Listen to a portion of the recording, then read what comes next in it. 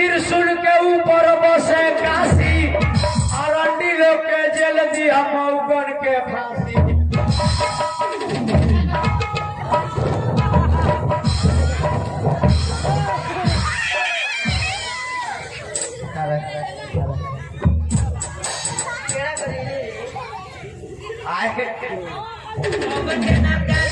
रवि लोग ना पानी नेपाल के मऊगन के पानी हो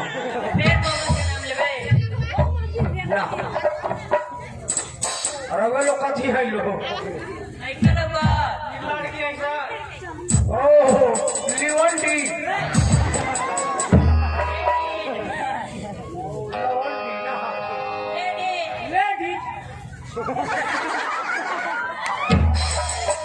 हमारी कंपनी के स्वीटी रानी जी जहाँ कहीं भी हो कृपया करके आप स्टेज के मेकअप रूम में आने की कष्ट करें। हमारे कंपनी के स्वीटी रानी जी जहाँ कहीं भी हो कृपया करके ये मेकअप रूम में आने की कष्ट करें।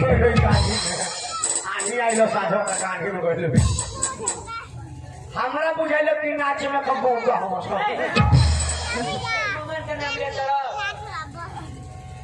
भिखारी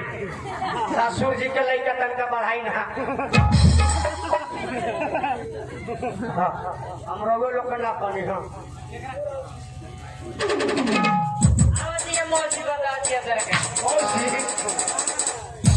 मौसी बड़ी मेन में उड़े ही के बेटा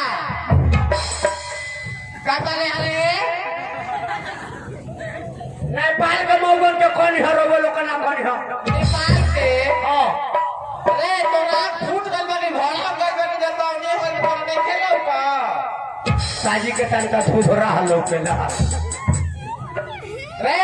आय तोरा नहीं खेलो का हमनी का है का का हम लेडीज है का लेडीज ई कौन लेडीज हियर है अब हटा के तो मार दे जान हारे हो जाए रे आए तोरा नहीं के बुझा ना देखा कहले हो अब एक बार और कह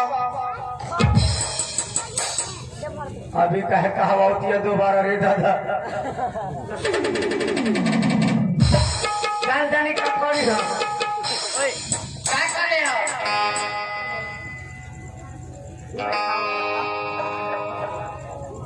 आए का कहले हो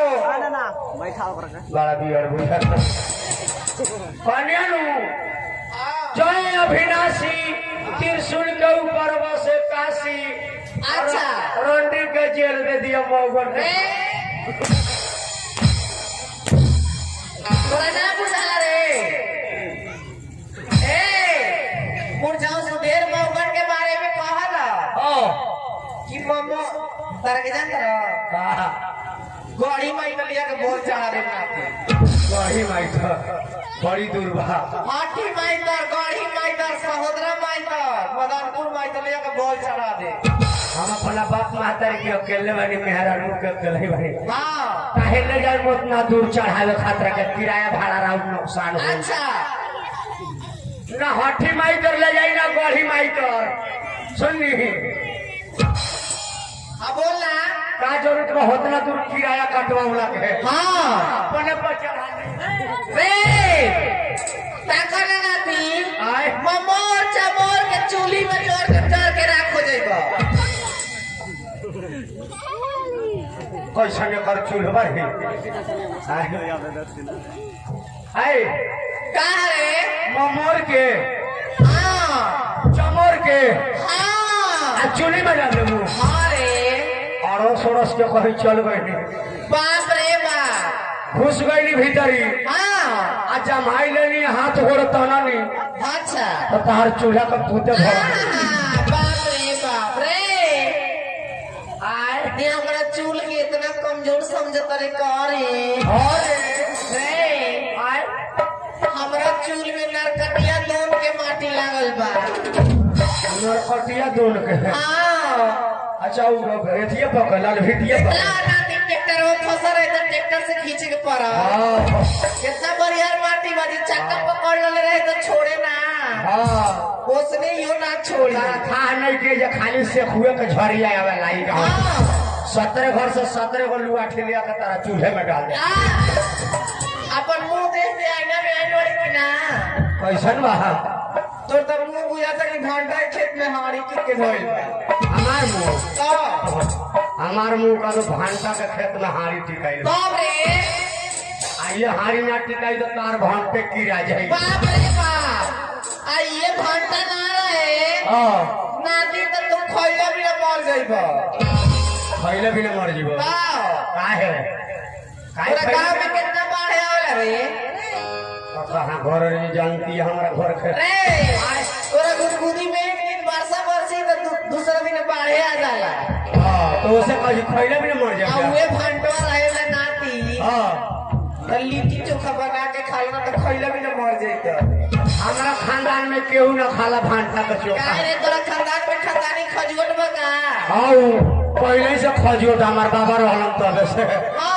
भांटा से बड़ा बोल रहा हमने के सुन ले आए कान खोल के सुन ली है अगर दोबारा जे मौकन के बारे में कहा ले अच्छा तब नाती तोहरे के अभी प्यार से समझा के जाता निशान लेकिन दोबारा जे आ गई जा और दोबारा कहा ना नाती तोहरे के डायरेक्ट ऐसा करे तो डायरेक्ट लखनऊ जाके हाय हाय करबो हम के ना हो ओही में के बना देते तोहर के दोबारा मौकन के बारे में कहला कह जाए गलती हो गई बाबा नानू कहबे हां तो कहिए मत हां ना कहे प्रणाम भैया प्रणाम भैया भैया लौकत नहीं रे तब का कि तोर भाटू खड़िए लौकत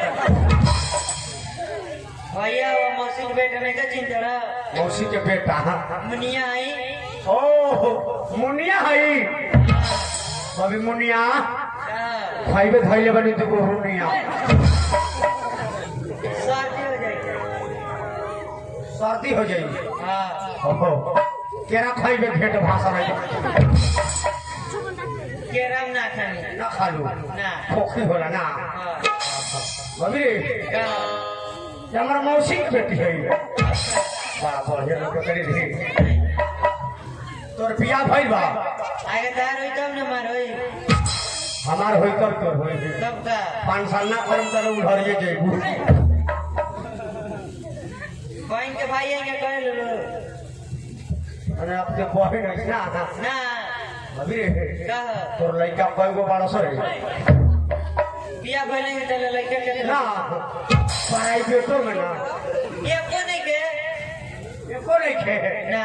अभी का केहू होशियार हो गइल बड़े हम जवान है ना हमरे से बियाह ना करे भाई बहन से शादी कर लो रे तब मौसी तो होई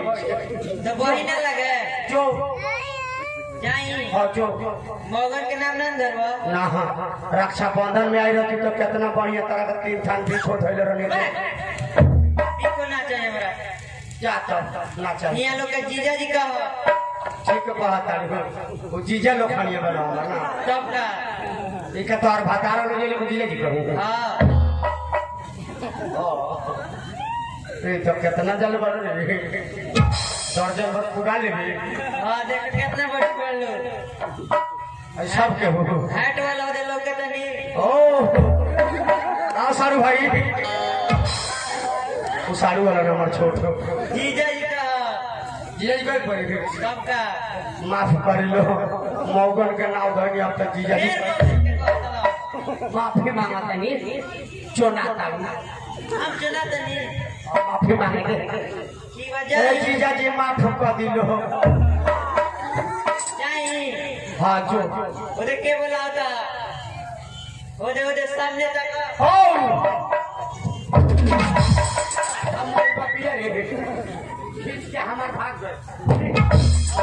हालो अलग ना पिटाला तलइयो ना सुधियाला भैया सबसे पहले तो हम अपन स्थाई घर भुला गई हम आ न बाबूजी के नाव बतौनी हमार बाबूजी के नाव हो पोका महतो राशन मिलेला आधार कार्ड बा